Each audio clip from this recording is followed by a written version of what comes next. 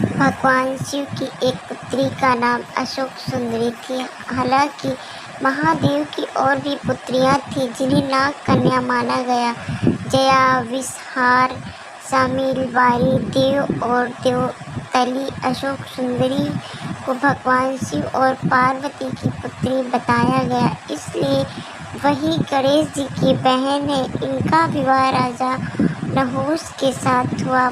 पद्म पुराण अनुसार अशोक सुंदरी देव कन्या है। दरअसल माता पार्वती के अकेलेपन को दूर करने हेतु कल्प वृक्ष नामक पेड़ के द्वारा ही अशोक सुंदरी की रचना हुई थी। एक बार माता पार्वती विश्व में सबसे सुंदर उद्यान में जाने के लिए भगवान शिव से कहा। तब भगवान शिव अपनी पत्नी पार्वती को नंदनवन ले गए। वहाँ माता को कल्प वृक्ष से लगाव हो गया और वे उस वृक्ष को लेकर कैलाश आ गई।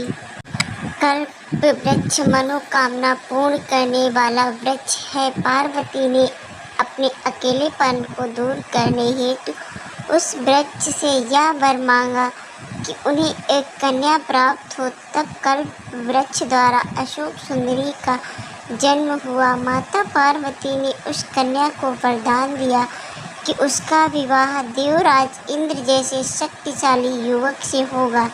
इसी वरदान के असर के कारण एक बार अशोक सुंदरी अपनी दासियों के साथ नंदनवन में विचरण कर रही थी। तभी वहाँ हुंड नाम का राक्षस आया, जो अशोक सुंदरी की सुंदरता से मोहित हो गया और उसने अशोक सुंदरी के सामने विवाह का प्रस्ताव रखा।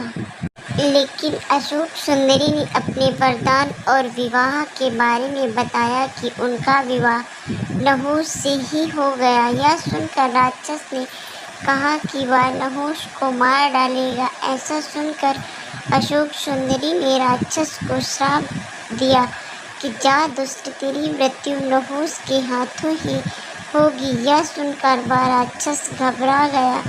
तब उसने राजकुमार नहुष का अपहरण कर लिया, लेकिन नहुष को राक्षस हुंड की एक दासी ने बचा लिया। इस तरह महर्षि वशिष्ठ के आश्रम में नहुष बड़े हुए और उन्होंने हुंड का वध किया। इसके बाद नहुष तथा अशोक सुंदरी का विवाह हुआ। विवाह के बाद अशोक सुंदरी ने ययाति जैसे वीर पुत्र तथा 100 रूपवती कन्याओं को जन्म दिया। ययाति भारत के चक्रवर्ती सम्राटों में से एक थे और उन्हीं के 5 पुत्रों में से संपूर्ण भारत का राज किया। उनके 5 पुत्रों का नाम था पुर, युध, तुवर्ष, अनु और हुद्र। इन्हें वेदों में पंचनंद कहा गया है।